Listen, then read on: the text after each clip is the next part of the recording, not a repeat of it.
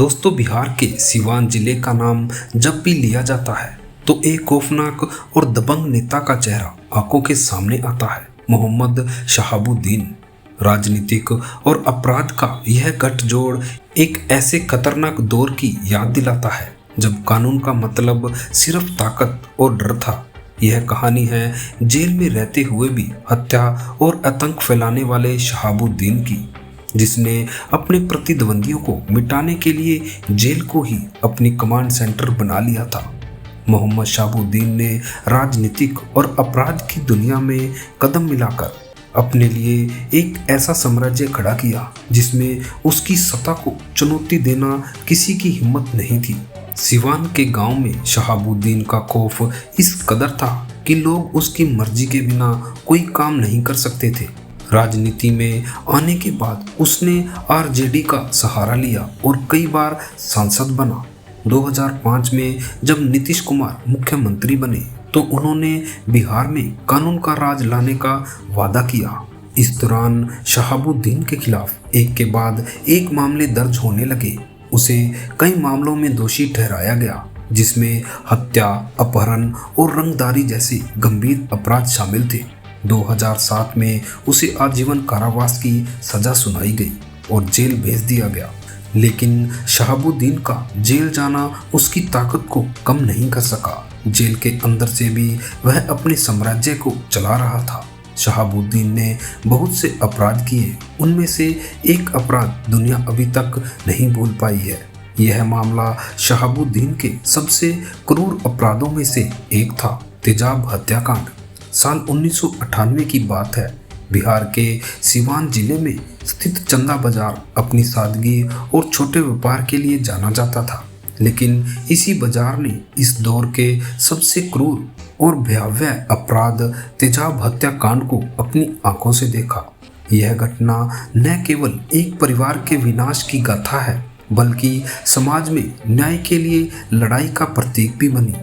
चंदा बाबू एक ईमानदार व्यापारी और 3 बेटों के पिता अपने छोटे से व्यापार के जरिए परिवार चला रहे थे। उनके 3 बेटे सतीश, गिरीश और राजीव बचपन से मेहनती और अपने पिता के काम में मदद करने वाले लड़के थे। चंदा बाबू की जमीन और दुकान पर शहाबुद्दीन की नज़र थी। वह उसे हड़पना चाहता था, लेकिन चंदा बाबू ने झुकने से इनकार कर दिया। यह इनकार शहाबुद्दीन के अहंकार के खिलाफ एक चुनौती थी। एक दिन शहाबुद्दीन के गुंडों ने चंदा बाबू के बेटों को धमकाया। उन्होंने दुकान बंद करने और जमीन खाली करने का आदेश दिया। जब चंदा बाबू ने पुलिस में शिकायत दर्ज करवाई, तब यह बात शहाबुद्दीन को और भड़काने वाली साबित हुई। 16 अगस्त 2004 की रात सतीश और गिरीश बाजार से लौट रहे थे। तभी शहाबुद्दीन के आदमी उन्हें जबरदस्ती उठाकर एक सुनसान गोदाम में ले गए। वहां शहाबुद्दीन खुद मौजूद था।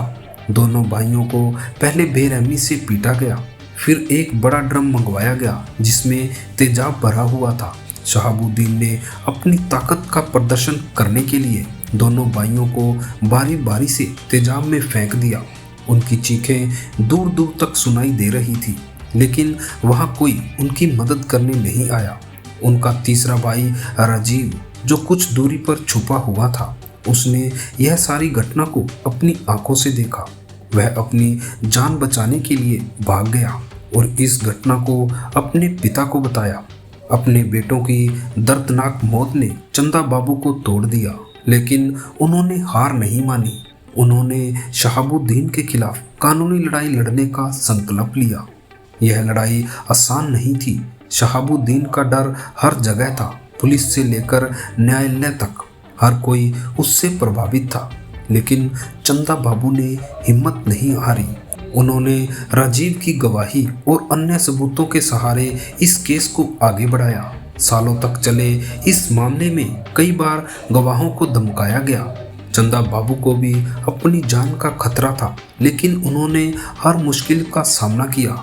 आखिरकार 2017 में पटना हाई कोर्ट ने शहाबुद्दीन को दोषी ठहराया। उसे आजीवन कारावास की सजा सुनाई गई। यह फैसला न केवल चंदा बाबू के लिए बल्कि पूरे सीवान के लिए एक राहत भरा पल था। तेजाब हत्याकांड सिर्फ एक भव्य घटना नहीं थी, यह समाज में सत्ता और अपराध के खिलाफ खड़े होने की प्रेरणा भी बन गई। चंदा बाबू ने अपने परिवार की त्रासदी को अपनी ताकत बनाया और न्याय के खिलाफ खड़े होने की मिसाल पेश की।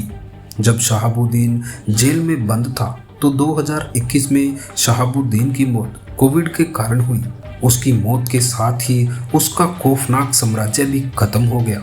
लेकिन सिवान के लोग आज भी उस दौर को याद करते हैं जब शहाबुद्दीन का नाम सुनते ही सन्नाटा छा जाता था। शहाबुद्दीन की कहानी यह दिखाती है कि कैसे राजनीति और अपराध का गठजोड़ समाज में आतंक फैला सकता है। जेल में रहते हुए भी उसने मर्डर ऑपरेशन को अंजाम देकर यह साबित किया कि अगर सिस्टम मजबूत न हो तो अपराधी किसी भी स्थिति में ताकतवर बने रह सकते हैं। यह घटना कानून के प्रति सख्त रवैया अपनाने की आवश्यकता को उजागर करती है। तो दोस्तों, आपको क्या लगता है? आप हमें कमेंट कर कर ज़रूर बताएं।